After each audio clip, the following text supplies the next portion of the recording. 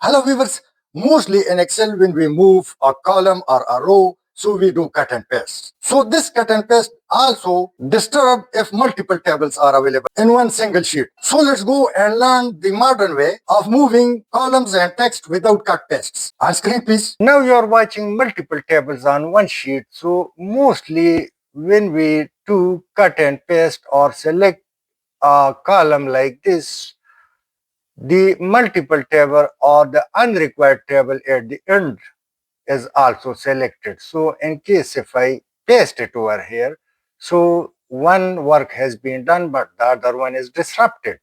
Unnecessary data has also been moved or shifted. So the second method, we also do it, or we select required data and then we do cut and paste. This is the conventional method, which also time consuming and tiring. So let's go and find the modern method through which we will move the data easily and quickly. Now in front of you is a row, a column.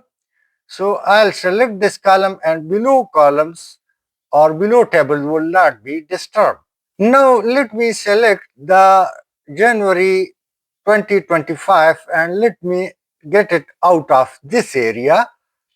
So select the column, and when the arrow becomes slimmer and four-headed, just keep shift button and drag it.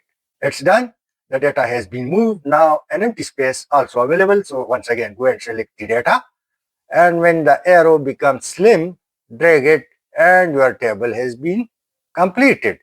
Now let me make the table of the new year. So let me copy and paste and just drag the month. So an automatic table of the year 2025 has been made.